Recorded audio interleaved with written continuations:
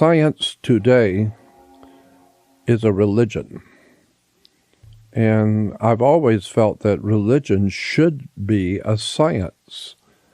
I think spirituality has begun to be scientifically looked at in certain universities and institutions around the world. So there is a little bit of beginnings of academic interest and scientific interest in spirituality.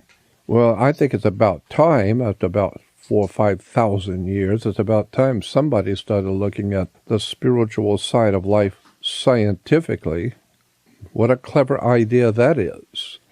Instead of all this other mumbo-jumbo, I mean, the scientists will tell you that if you want to talk about UFOs and aliens and flying saucers and that kind of thing, science will tell you there's nothing to it. It's all a bunch of baloney.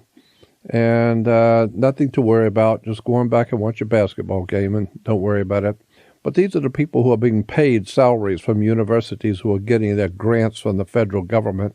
And so these people know what side their bread's buttered on. So they'll tell you anything just to keep you sound asleep so you don't ask too many questions.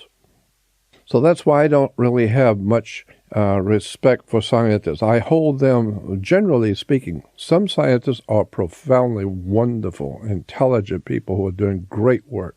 But that's about 4 or 5 people out of the whole entire scientific community. And I'll tell you about those people in a few minutes. I want to finish my tirade on scientists. I have no respect for what we call today science. Science is a religion. It is filled with deception. So you go to university or college and get a science degree. That degree is what we call a work permit.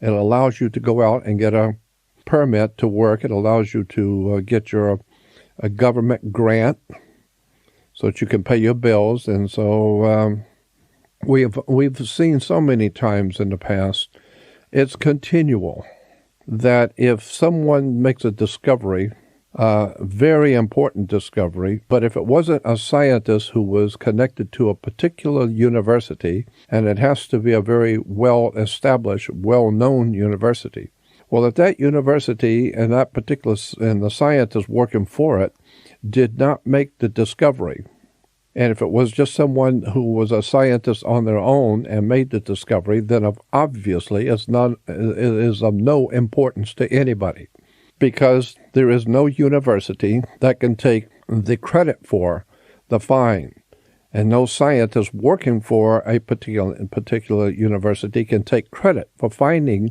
the new development. And so, therefore, nobody is going to know anything about the newest find, the newest development in science, because science is nothing more than a business. It's a religion. They have their holy books. They have their holy prophets and their saints. And it really is disgusting because, the whole human race is scientifically arrested. It's like everything else. Our educational systems have arrested the intelligence of the people. And generally speaking, people know that the IQ level has been dropped down so bad, in America especially, we can't even find our way out of a paper bag. Most people can't even read, and the few that do read are all looking at the sports page. So, again, I would say I have no respect for the scientific community at all because I already know who they are and what they're doing.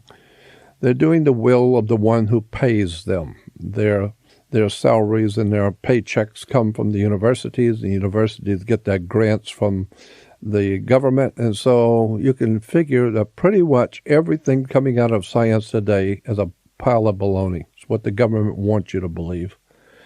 And so, the guy who pays you, I remember a long time ago somebody said, when you look at a check, it's not really important whose name is at the top of the check. Look at the bottom of the check.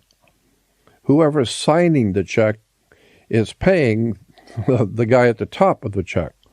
So check the bottom of the check. See who's paying for this. And so when you see that science today in America, and pretty much around the world, but especially in America, science is financed by government. period.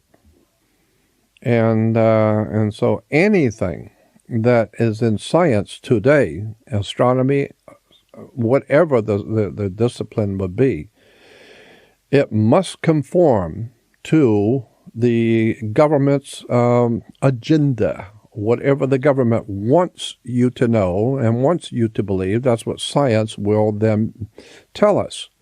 It doesn't mean it's true. It doesn't mean it's factual. It just means that none of us know what the scientists are talking about, and they sound very impressive. And after all, they're supposed to be scientists, so they tell you something, and we're supposed to believe it.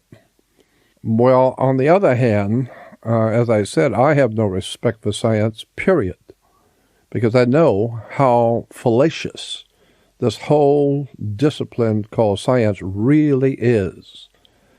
And so, but there are a few people out there who are excellent scientists, but you will not hear about them.